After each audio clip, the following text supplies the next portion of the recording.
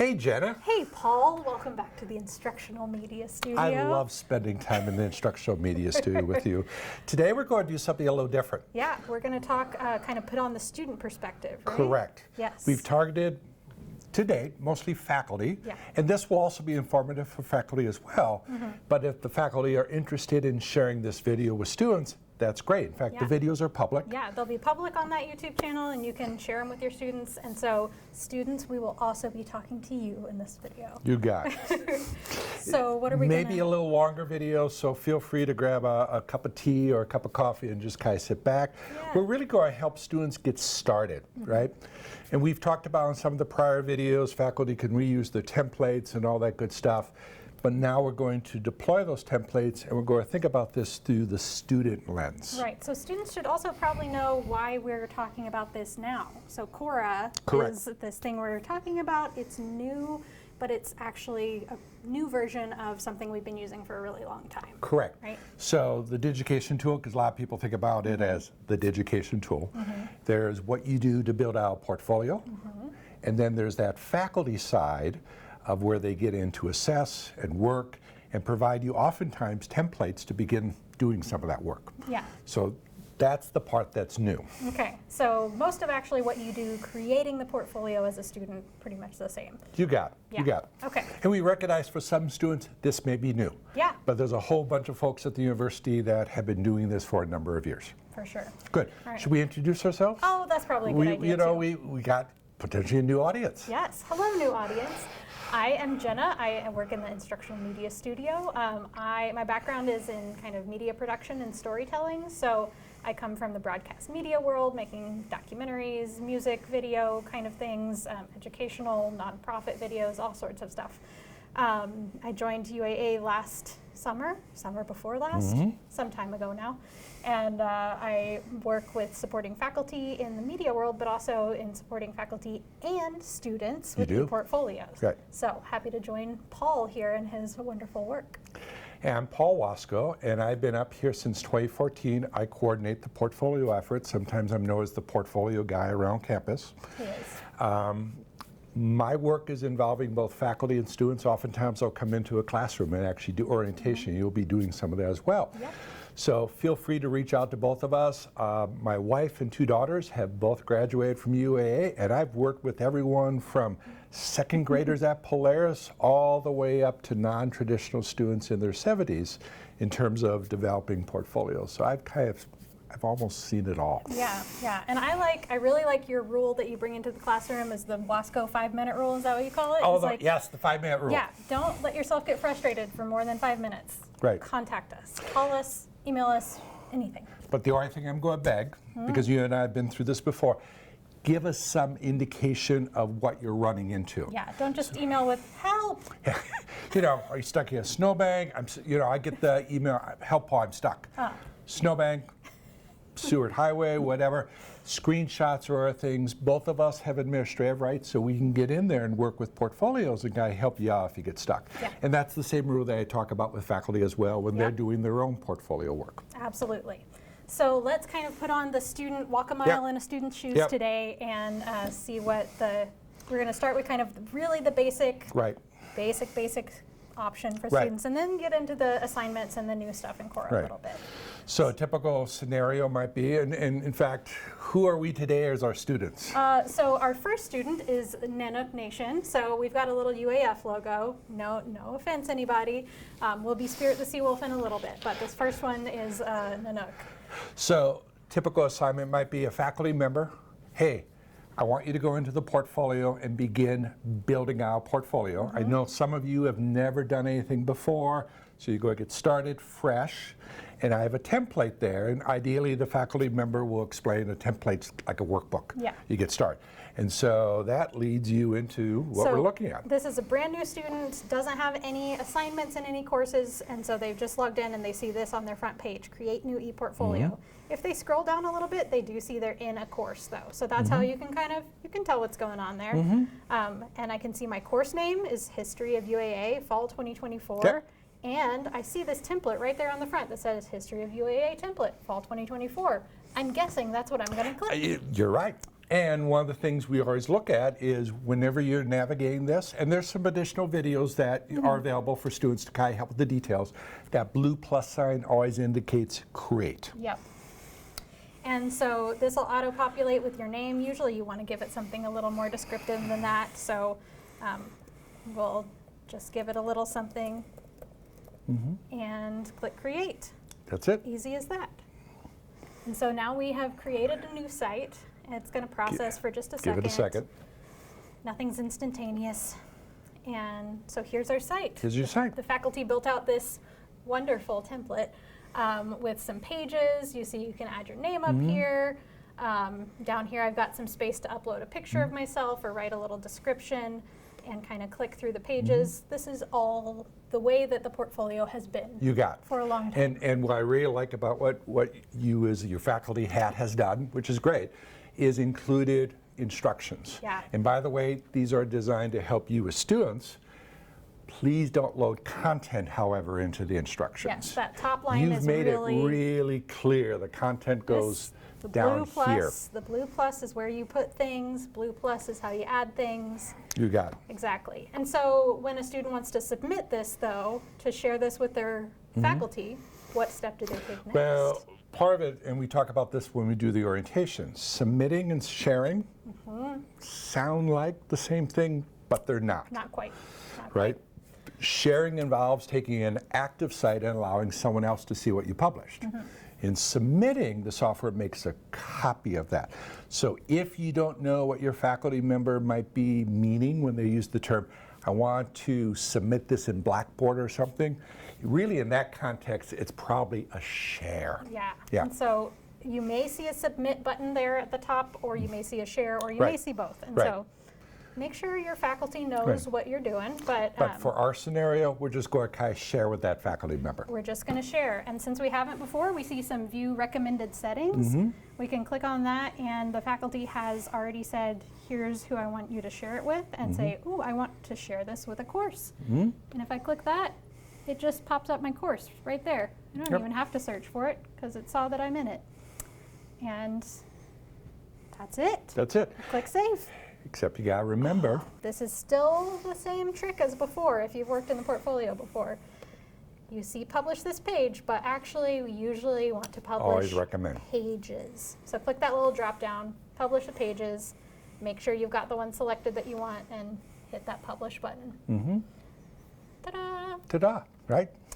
And so now we can actually, so you could share a link to the site, Right. or you can also just double check that it's shared.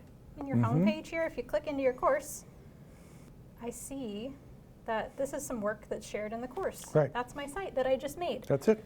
So that was very easy. That's it. So that's kind of the scenario. Get started with the template, share it with your class, share it with the faculty member. You're good to go. You just keep working and publishing and, making the information available. Yeah, so we barely touched Kora, You got it. the new course thing, other than this page. Correct. So let's get into the actual assignment changes now. So now we have some opportunities with Kora to actually build assignments into this, or faculty have the option to build assignments that really allow students to kind of get in and begin their work in a little bit more structured way. Yeah. So a typical scenario might be, I set up an assignment, I want you to get going with a particular template, and I want you to submit your welcome page, because Yeah. I want to just make sure everyone gets started. Some of the questions you and I will face, we'll have to go into classes and check. We're not sure student A has done anything. Will you go in and see if they've done something? And so Yeah. that answers that type of question. Yeah. Yeah. So we have some recommendations kind of around assignments that we're working on developing. One of them would be just to make things clearer for your students. This is very confusing. This student, Spirit the Seawolf, is enrolled in 3 courses, and they all 3 have an assignment 1. And if I'm just looking at this on the kind of dashboard page, I am a confused student. So if I click into them, I can see actually the course name and the description, but you see how on this 3rd one we've got a little more information right away. We know what course it's for. We have like brief description of the assignment, so it just makes things a little clearer. It is, and we've talked frequently with faculty, beg and plead for a little bit more information. And if you're wondering, has something like that happened? Yes. I've been in a situation where students have been in 2 courses at the exact same time and submitted the portfolio into the wrong course. Yeah. So just give a little description there if you can. So we're going to look at, there's a few different ways that assignments might show up. Right. This first one, they didn't give us a whole lot of information. Right. There's not even a description. There's nothing going on here. So I don't really know what's going to happen when I click into this one. Well, I mean, when in doubt, sometimes click, Yeah. right? I mean, it's not like you're going to break it. So just go ahead and click All Add right. Work. So we're going to click Add Work, and I'm going to guess the Create New, the blue button, is going to kind of get us in the right place. Yeah. Something's going to happen, drum roll. But again, you know, what we're seeing is kind of elements of visual type clues on blue buttons doing things that allow creation to happen. Yeah. Okay.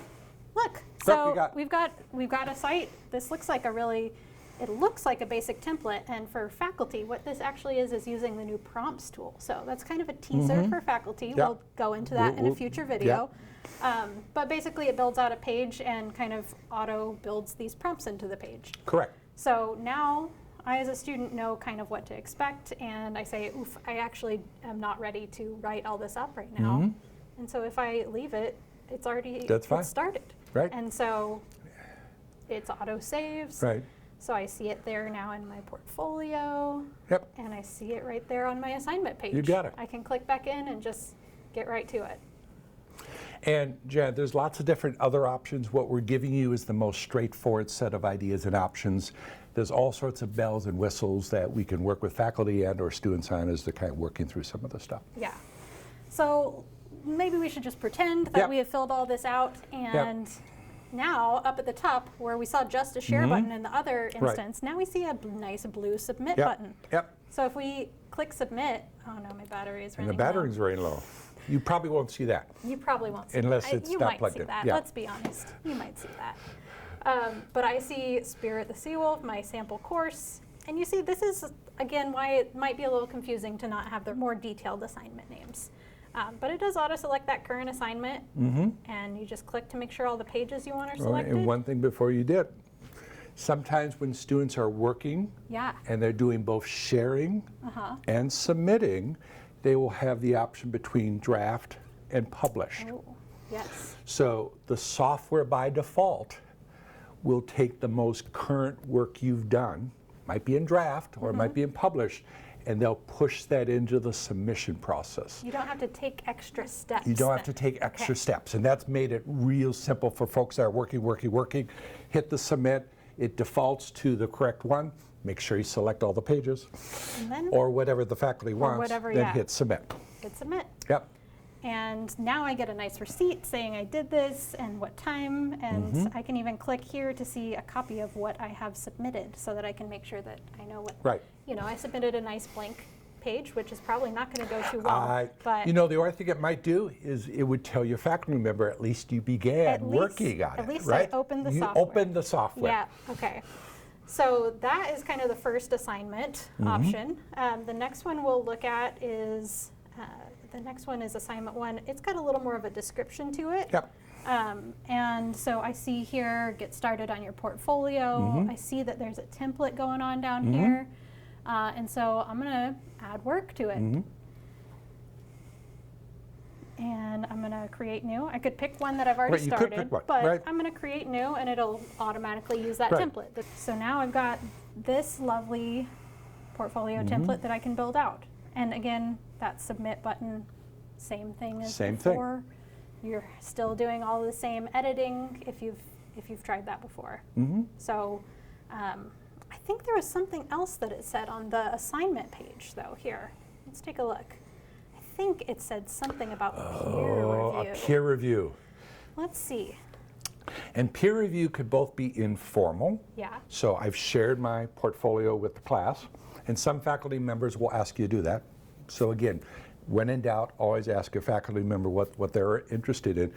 But faculty also have the option to force a little Yeah. bit peer review. So this one said, when you submit, please submit to your peers as well and give some input. So I see this nice green button stands out a little bit from the blue button. And if I click that, I could see my peers' assignment that they submitted to me. And You got it. oh look, it's Spike the humpback whale, who is UAS's mascot. A little bit about Spike. They were only asked to submit one page, so they've got a nice picture, they've got a little bio, and I could go through and give some kind of informal feedback here. And Jen, what we clicked on get there is conversations. So it's this idea of creating a potential dialogue between either you and the faculty or you and your fellow students. Yeah, and so they could comment back on mine if I've submitted got to them. it. So again, Yep. these are kind of the like next level portfolio tools, but just so you know that what's out there, what might be used. All right, so I've commented on my peers' assignment. That was super easy. That's super easy. The next one down, this one's from just creating a portfolio from scratch. So here you've got a bunch of different ways you can do this. Right. You could, you know, click here and add work, make it from a template. Right. You could Yep. even make your own portfolio. You got it. And then just click submit and choose what you want to submit to the portfolio. So you've got a lot of different options in terms of creating your own You got it. there. And the last one we look at, I think, is this final submission. Here, I have already submitted something as a student, and You my have. faculty graded it for me. Cool. Now you know us. If the faculty allow this to happen, many of them allow you to do a resubmission up until the due date. Once that due date happens, that creates a lock, Yeah. depending on what your faculty is asking for. Yeah. But you might be able to resubmit here. Might. So if I've done this, I'm going to look at the grade book and see what it says. Oh, I see a grade there for myself. Oh, I need some improvement, I think. Yikes. But that's okay. Yeah. I'll try this, try to take a look at what they said to me. So I think they gave me a conversation. Right.